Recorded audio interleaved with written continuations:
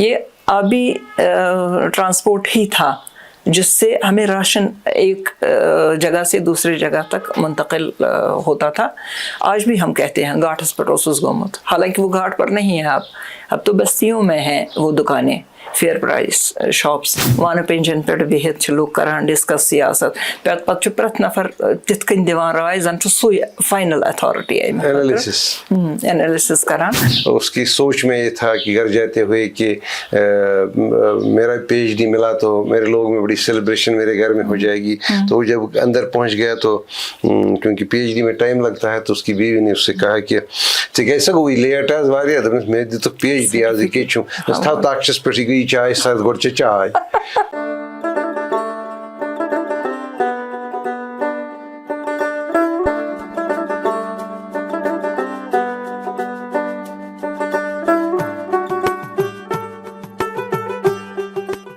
اجالے اپنی یادوں کے ہمارے ساتھ رہنے دو. کشمیر لائف میں آپ کا خوش آمدید. میں ہوں مسعود حسین. یادیں یعنی میموریز کی ایک اور کڑی لے کر میں آپ کی خدمت میں حاضر ہوں. یادیں کشمیر لائف کا ایک پرسنل ہسٹری پروجیکٹ ہے جو ان شخصیات کے نام منسوب ہے جنہوں نے جموں کشمیر کے مختلف شعبوں میں کنٹریبیوٹ کیا ہو، ٹھیک طرح سے کنٹریبیوٹ کیا ہو، ایکسیپشنلی کنٹریبیوٹ کیا ہو، اور جنہوں نے اپنے فیلڈز کے نشیب و فراز، عروج و زوال کو بڑی نزدیک سے دیکھا ہو یا انسٹیٹیوشن بلڈنگ میں کوئی رول ادا کیا ہو. اس پرسنل ہسٹری جو بھی ہوتی ہے وہ پرسنل ہسٹری ہوتی ہے، وہ ایک شخص کی اپنی کہانی ہوتی ہے، جو ضروری نہیں ہے کہ پاپولر ہسٹری ہو. لیکن پاپولر ہسٹری میں جو ابہام کہیں ہوتا ہے، ٹینشنز کہیں ہوتا ہے، اختلافات کہیں ہوتے ہیں، تو ان اختلافات کو، ان ایشوز کو ایڈریس کرنے میں پرسنل ہسٹری کا زبردست رول رہا ہے اور رہے گا. یہ پاپولر ہسٹری نہیں ہے، میں ہمیشہ سے کہتے آیا ہوں. یہ ایک انڈیویجول کی اپنی کہانی ہے جو ہسٹری کے ساتھ ساتھ بڑھتے اور بڑھتے گئے. آج کی اس کڑی میں ہم براڈ کاسٹنگ کے حوالے سے بات کریں گے. براڈ کاسٹنگ جموں کشمیر میں اتنا پرانا سسٹم نہیں تھا. یہ مطلب 80-85 سال سے زیادہ اس کی عمر جموں کشمیر میں نہیں ہے. اور اس کا عروج جو دیکھ رہے ہیں آج کل ہم انفارمیشن ٹیکنالوجی کے کو جب دیکھتے ہیں تو شروعات جو ہو گئی وہ ایک ریڈیو سے ہو گئی. اور آج ہم کلام ہونے جا رہے ہیں ریڈیو کی فارمر ڈائریکٹر جنہوں نے شروعات کی پروگرام ایگزیکٹو کی حیثیت سے، جناب محترمہ رخسانہ جبین. میڈم آپ کا خوش آمدید ہے کشمیر لائف کے شو میں. شکریہ بہت بہت. میں شروعات اس بات سے کرتا ہوں کہ ریڈیو جو لکھنے والے لوگ ہیں، بولنے والے لوگ ہیں، یا ٹیلی ویژن اسکرین پہ آنے والے جو لوگ ہیں، ان کا کہیں نہ کہیں کوئی نہ کوئی لنک ہمیشہ سے پبلک براڈ کاسٹنگ کے ساتھ رہا ہے. میں بھی خود کو اس سے مبرہ نہیں سمجھتا ہوں. یہ شاید میں یہاں بتانا ضروری سمجھتا ہوں کہ شاید 1988 یا 1999 کی بہار تھی تو میں پہلی بار ریڈیو کشمیر میں گیا. پتہ نہیں کس نے بلایا، شاید انہوں نے ہی بلایا تھا. انہوں نے کیسے لوکیٹ کیا، وہ تو ٹیلنٹ ہنٹ روٹین ایکسرسائز ہوتی ہے نیوز رومز کی، یا پروگرام جو بناتے ہیں وہاں جو ایکسرسائز ہوتی ہے وہ ہمیشہ ٹیلنٹ کی تلاش میں رہتے ہیں. تو مجھے یاد ہے کہ جب میں ریڈیو کے اس اسٹوڈیو میں گیا تو 2 آفیشلز تھے، 2 براڈ کاسٹرز تھے جو ریکارڈ کرنا چاہتے تھے مجھے. ایک میڈم تھی اور دوسرا جناب انیس حمدانی تھا. یہ دونوں تھے. اور مجھے یہ کہنے میں اس وقت کوئی تکلیف نہیں ہے کہ جب یہ مائک سامنے آتی ہے جہاں بولنا ہوتا ہے تو وہ کشمیری میں کہتے ہیں نا موغل ڈش فارسی بولن. تو میں تو باتیں بہت کرتا تھا لیکن جب مائک سامنے آ گئی تو بالکل کوئی بات نہیں کر پایا. اور یہ ان 2 براڈ کاسٹرز کی مہربانی اور کوشش اور کاوش رہی کہ انہوں نے، مجھے لگتا ہے کہ آدھے گھنٹے تک مجھے پانی پلاتے رہے. بالٹین تو نہیں پلایا ہوگا لیکن لوٹا ضرور پلایا ہوگا. اور اس حد تک انکریج کیا کہ میں پہلی بار مائک پہ کچھ بول پایا. اور وہ دن اور یہ دن میں نے بولنا بند نہیں کیا. اور ہم شروعات اسی واقعے سے کریں گے. انیس حمدانی اس کے فوراً بعد جدا ہو گئے. میڈم کیا دن تھے وہ جب میں ریڈیو میں آیا؟ میں تو خیر دوسرے فیلڈ سے تھا, اب تو میں خیر اس براڈ کاسٹنگ کی طرف آ رہا ہوں پھر واپس. لیکن وہ دن کیا تھے ریڈیو میں جب میں پہلی بار وہاں آیا اور جب وہ پانی پی پی کے مجھ سے بلوایا جو آپ بلوانا چاہتے تھے؟ وہ اصل میں سنہری دور تھا جس کو کہا جائے گولڈن پیریڈ, وہ تھا. ہم بھی کچے پکے اتنے تو تھے نہیں, مطلب یونیورسٹی سے نکلی میں تو ریڈیو میں گئی, ایک نئی چیز تھی میرے لیے بھی براڈ کاسٹنگ. ہاں کچھ اپنا کلام سنانے جاتی تھی, وہاں کلام سناتی تھی. حالانکہ ہماری سوسائٹی لڑکیوں کے لیے اس وقت الاؤ نہیں کرتی تھی, اس چیز کے لیے تیار نہیں تھی کہ لڑکیاں ریڈیو جائیں, کیونکہ کنزرویٹو ہمارا ماحول تھا. یہ نہیں پتہ تھا کہ کریٹیوٹی جس میں ہے وہی جا سکتا ہے ریڈیو. عام لوگوں کی ادھر گنجائش نہیں تھی. اب تو خیر ہر ایرا غیرہ جا سکتا ہے, اب وہ معیار نہیں رہا. اس وقت وہ معیار تھا کہ جب تک کہ پروڈیوسر مطمئن نہیں ہوتا تھا کہ آپ لکھ سکتے ہیں, ایسا لکھ سکتے ہیں جس میں کوئی نئی بات ہو, تب تک نہیں کرتے تھے پروگرام, مطلب آپ کو بلاتے نہیں تھے تب تک. پھر اس کے بعد ادائیگی, اس پر بھی توجہ دی جاتی تھی. کیا یہ ڈیلیوری کیسی ہے, کہ کیا پروننسیشن صحیح ہے, کیا آواز صحیح ہے, کیا سب کچھ لہجہ ان کا درست ہے, جس زبان کے لیے بھی, چاہے کشمیری چاہے اردو کے لیے یا انگریزی کے لیے, جس چیز کے لیے بھی, جس زبان کے لیے بھی بلایا جاتا تھا, یہ دیکھا جاتا تھا پہلے کیا آن ایئر اس کی آواز, اس کا انداز اٹریکٹیو ہوگا کہ نہیں. ایک وقت آیا پھر کہ اب کوئی بھی جا سکتا ہے. میں نے دیکھا ہے بشیر شاہ صاحب انہی دنوں تھے, بڑے کریٹیو رائٹر پروڈیوسر تھے. کبھی بھی میں نے ان کی آواز ریڈیو سے نہیں سنی ہے. وہ بڑے خوبصورت اسکرپٹ لکھا کرتے تھے لیکن دوسروں سے پڑھواتے تھے, اناؤنسرز کو دیتے تھے لکھ کے تو وہ پڑھتے تھے. یہ معیار تھا. یا پران کشور, یا اسی طرح سے رہبر صاحب تھے, جو ان لوگوں کے پروگراموں میں آتے تھے. سمجھا جاتا تھا کہ بس اس کو سند مل گئی, اب یہ اس لائق ہے کہ ریڈیو سے اس کا پروگرام براڈ کاسٹ ہو.